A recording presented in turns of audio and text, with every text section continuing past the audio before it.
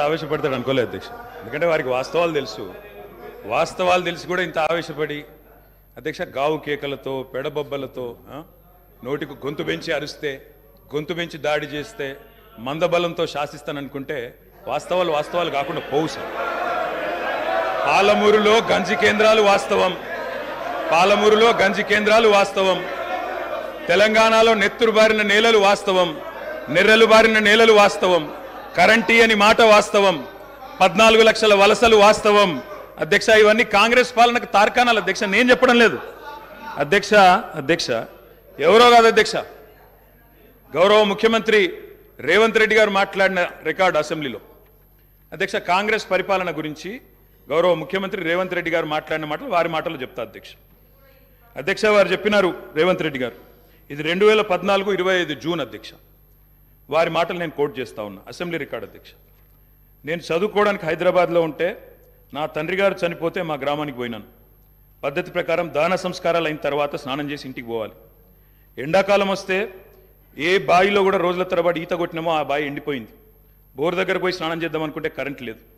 నాకున్న పరిచయాలతో కరెంటే ఇస్తే బోర్ల నుంచి నీళ్ళు వస్తలేవు. స్నానం చేయవలసిన సమయంలో నెత్తి మీద నీళ్లు చల్లుకొని ఇంటికి వచ్చినాం అధ్యక్ష.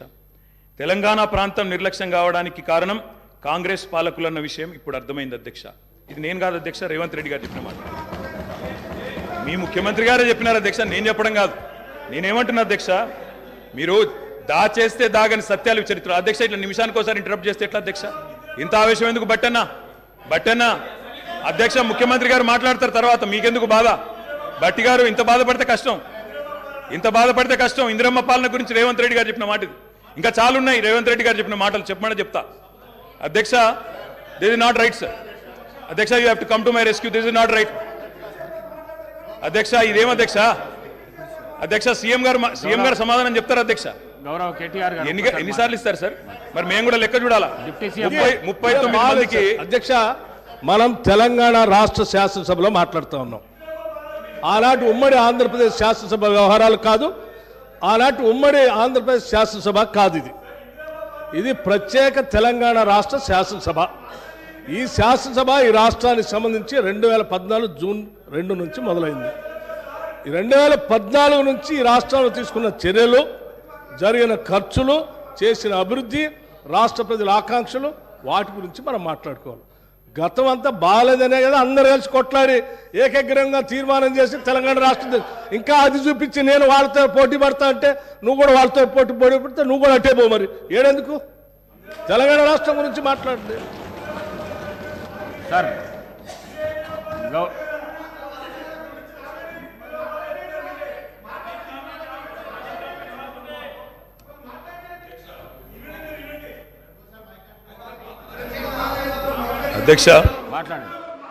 అధ్యక్ష ఇందిరమ్మ పాలన అంటే 84 వరకు ఇందిరమ్మ పాలన ఉండే సార్. మరి ఇందిరమ్మ రాజ్యం తెచ్చినాం ఇందిరమ్మ పాలన తెచ్చినాం అంటే మరి ఇందిరమ్మ పాలన గుర్తు చేయాలి కదా సార్. ఇందిరమ్మ పాలనలో గంజి కేంద్రాలు ఉండేది గుర్తు చేయాలి, ఇందిరమ్మ పాలనలో కరెంటు లేనిది గుర్తు చేయాలి, ఇందిరమ్మ పాలనలో నిర్బంధాలు గుర్తు చేయాలి, ఇందిరమ్మ పాలనలో నియంతృత్వం గుర్తు చేయాలి, ఇందిరమ్మ పాలనలో ఎమర్జెన్సీ రోజులు గుర్తు చేయాలి, ఇందిరమ్మ పాలనలో ఆర్టికల్ 365 ఎట్లా యూజ్ చేసి ప్రజాస్వామికంగా ఎన్నుకున్న ప్రభుత్వాలను రద్దు చేసినో గుర్తు చేయాలి, ఇందిరమ్మ పాలనలో ఎట్లా ముల్కీ రూల్ను తుంగలో దొక్కినో గుర్తు చేయాలి, ఇందిరమ్మ పాలనలో ఎట్లా రాష్ట్ర ప్రభుత్వాలను ఒక నియంతలాగా శాసించినో గుర్తు చేయాలి, ఇందిరమ్మ పాలనలో ఎట్లా ఇంటింటికి తాగునీళ్ళు ఇవ్వలేని దుస్థితులనో గుర్తు చేయాలి, ఇందిరమ్మ పాలనలో ఎట్లా అయితే గరీబీ హటావో అని నినాదం ఇచ్చి మర్చిపోయినో గుర్తు చేయాలి. రాజశేఖర రెడ్డి గారిని గుర్తు చేసుకున్నప్పుడు, కిరణ్ కుమార్ రెడ్డి గారిని గుర్తు చేసుకున్నప్పుడు వారు తప్పకుండా మేము కూడా అన్ని చెప్పాలి కదా సార్. పోతిరెడ్డి పాడుకు పొక్కదవి నీళ్లు తీసుకుపోతుంటే హారతులు పట్టిన వాళ్ళ సంగతి చెప్పాలా, హంద్రీనివాకు హారతులు పట్టిన వాళ్ళ సంగతి చెప్పాలా, తెలంగాణకు అన్యాయం చేసిన ప్రతి ఒక్కరి సంగతి చెప్పాలా. కేవలం సెలెక్టివ్గా తలుచుకుంటాం, ఇందిరమ్మ పేరు అవసరం వచ్చినప్పుడు తలుచుకుంటాం, లేకపోతే తలుచుకోమంటే ఎట్లుంటుంది అధ్యక్ష? కాబట్టి తప్పకుండా చెప్పాలా.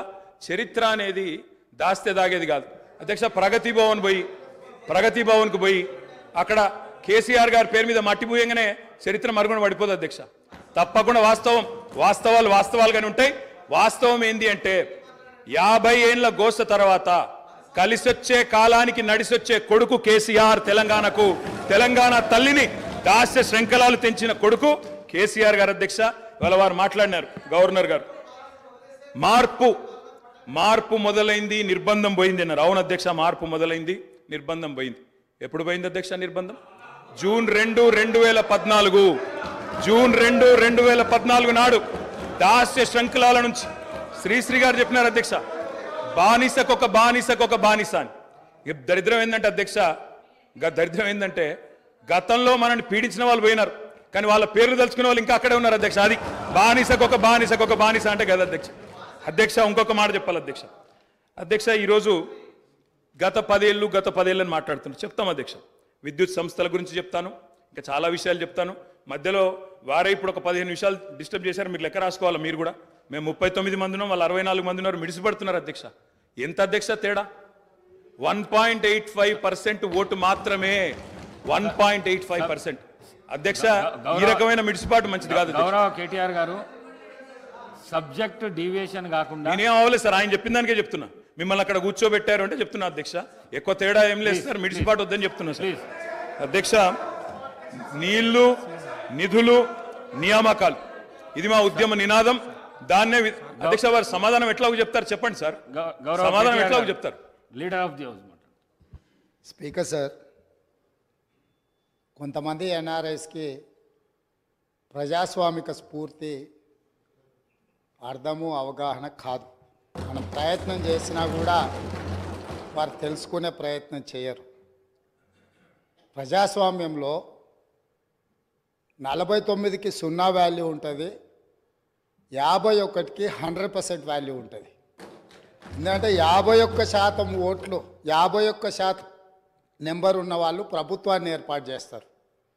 49% ఉన్నవాళ్ళు ప్రతిపక్షంగా కూర్చొని ప్రభుత్వం తీసుకునే పరిపాలనలో నిర్ణయాలను, శాసనాలను సహేతుకంగా విశ్లేషించి సలహాలు, సూచనలు ఇస్తారు. సలహాలు, సూచనలు ఒకవేళ ప్రభుత్వము పెడచెవిన పెడితే నిరసనలు, ధర్నాలు, రాస్తారోకలు చేస్తారు. అవసరమైతే ఆమరణ నిరాహార దీక్షలు చేసిన కూడా సందర్భాలు ఉన్నాయి. ఆ స్పిరిట్ను తీసుకోవాలి తప్ప వాళ్ళు 64 ఉన్నారు, మేము 39 మంది ఉన్నాం, మేము అచ్చోసిన ఆంబోతుల్లాకున్నాం, మేము పోడియంలోకి వచ్చి కుస్తీలు కొట్లాడతాం, ఈ రకమైన భాష వారి గౌరవానికి కానీ ఈ సభను నడిపించుకోవడానికి కానీ సహకరించదు. రెండవ అంశం, పదే గత పాలన గురించి, గత ప్రభుత్వాల గురించి మాట్లాడుతున్నాను. సరే, వారు ఏం మాట్లాడతారో మొత్తం విన్నాక రిప్లై చేద్దాం అనుకున్నాను. కాకపోతే నా రిప్లై కోసం వారు తహతహలాడుతున్నారు. గత పాలనలో యూత్ కాంగ్రెస్ వైస్ ప్రెసిడెంట్గా కల్వకుంట్ల చంద్రశేఖరరావుకు అవకాశం ఇచ్చిందే కాంగ్రెస్ పార్టీ. సింగిల్ విండో డైరెక్టర్గా ఎన్నికల్లో పోటీ చేయడానికి ఇస్తే కాంగ్రెస్ పార్టీ తరఫున నిలబడి ఓడిపోయిందే చంద్రశేఖరరావు. గత పాలనలో ఎంపీగా గెలిపించిందే కాంగ్రెస్ పార్టీ. గత పాలనలో షిప్పింగ్ మినిస్టర్ ఇచ్చిందే కాంగ్రెస్ పార్టీ. ఆ తర్వాత కార్మిక శాఖ మంత్రి ఇచ్చిందే కాంగ్రెస్ పార్టీ. అంతెందుకు ఇక్కడ సభ్యుడు ఉన్నాడు, వారు కూడా వారి కుటుంబ సభ్యులే. ఎమ్మెల్యే కాకుండానే మంత్రిని చేసి తర్వాత ఎమ్మెల్యేగా ఎన్నిక చేయడానికి సహకరించిందే కాంగ్రెస్ పార్టీ. ఈరోజు వాళ్ళు ఏ పేరైతే వినోద్ అనుకుంటున్నారో ఆ రాజశేఖర రెడ్డి గారే ఆ మంత్రివర్గంలోనే గత ఆర్థిక శాఖ మంత్రి, సిద్దిపేట ఎమ్మెల్యే గారు ఎమ్మెల్యే పదవి లేకుండా మంత్రిగా ప్రమాణ స్వీకారం చేసిండ్రు. రాజశేఖర రెడ్డి గారి నాయకత్వమే ఈ దేశానికి బలమైన నాయకత్వం అని అందులో పనిచేసిండ్రు. మూడవది, పోతిరెడ్డిపాడు పొక్క పెద్దది చేసినప్పుడు కీర్తిశేషులు నాయన్ నరసింహారెడ్డి గారు కడప జిల్లా ఇన్ఛార్జ్ మినిస్టర్. ఆ రోజు కొట్లాడింది పోతిరెడ్డిపాడు మీద కీర్తిశేషులు పి జనార్దన్ రెడ్డి గారు. పోతిరెడ్డిపాడు పొక్క పెద్దది చేసినప్పుడు ఇక్కడ ఉన్నోళ్ళు ఎవరు ప్రాణత్యాగాలు చేస్తామని ఎవరు కొట్లాడలే, ఎవరు మాట్లాడలే. సొంత పార్టీ, సొంత ప్రభుత్వం ఉన్న తెలంగాణ ప్రజల హక్కులను భంగం కలిగించొద్దు, కృష్ణానది జలాలలో మా వాటా మాకు ఉండాలి, మా వాటాను ఎవరు తీసుకెళ్ళినా మేము ఒప్పుకోమని కొట్లాడింది ఆనాటి నాయకుడు పి జనార్దన్ రెడ్డి గారు మాట్లాడినారు తప్ప వీళ్ళు కాదు. కాబట్టి ఈరోజు వీళ్ళందరూ ఏ పాలకుల గురించి మాట్లాడుతున్నారు, ఆ పాలకులు ఇప్పుడు మాట్లాడుతున్న పెద్దలు ఎట్లెమ్మెల్యేనరు?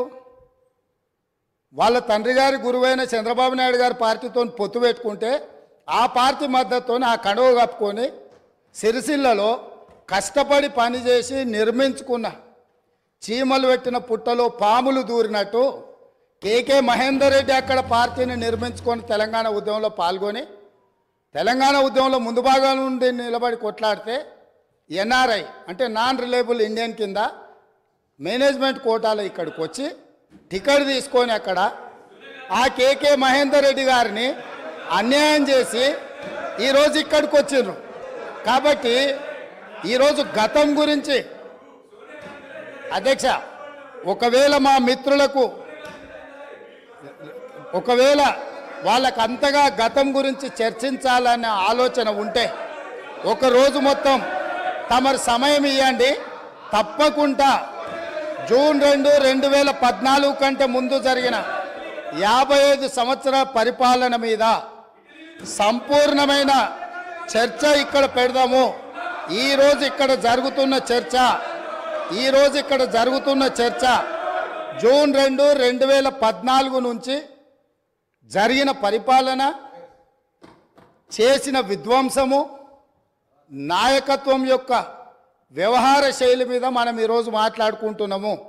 కాబట్టి వారికి గతం గురించి చర్చించాలనే కోరిక ఉంటే మాకు ఎలాంటి అభ్యంతరం లేదు.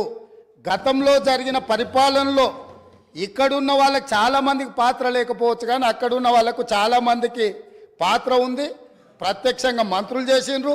అక్కడున్న నాగేందర్ గారు, ఆ పక్కనున్న శ్రీనివాస్ యాదవ్ గారు, ఆ పక్కనున్న హరీష్ రావు గారు, అక్కడున్న కడియం శ్రీహరి గారు, ఆ పక్కనున్న పోచారం శ్రీనివాసరెడ్డి గారు, ఆ పక్కనున్న గంగుల కమలాకర్ గారు, అన్ని పేర్లు మొత్తం అన్ని లిస్టు చదువుతా.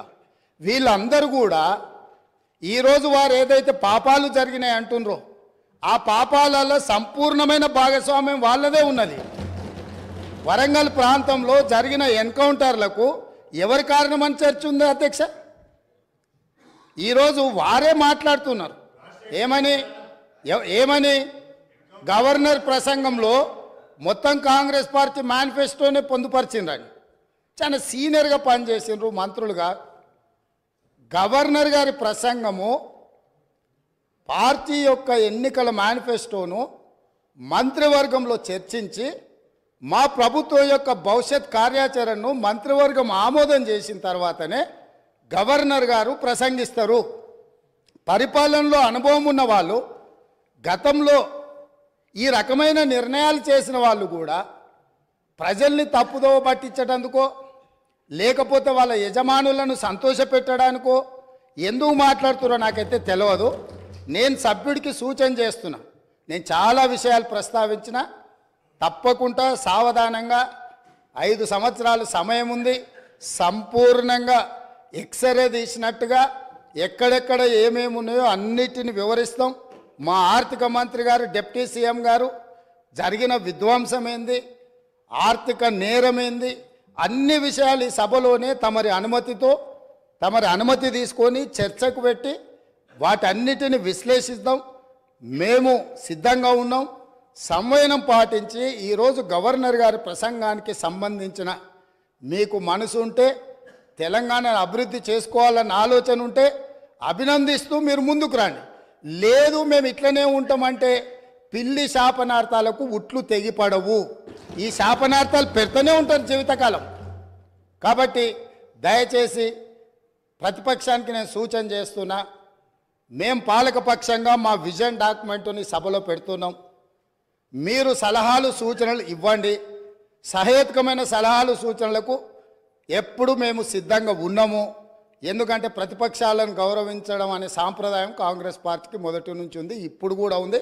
ఆ సాంప్రదాయాన్ని కొనసాగిస్తామని మీ ద్వారా వారికి తెలియజేయదలుచుకున్నాం.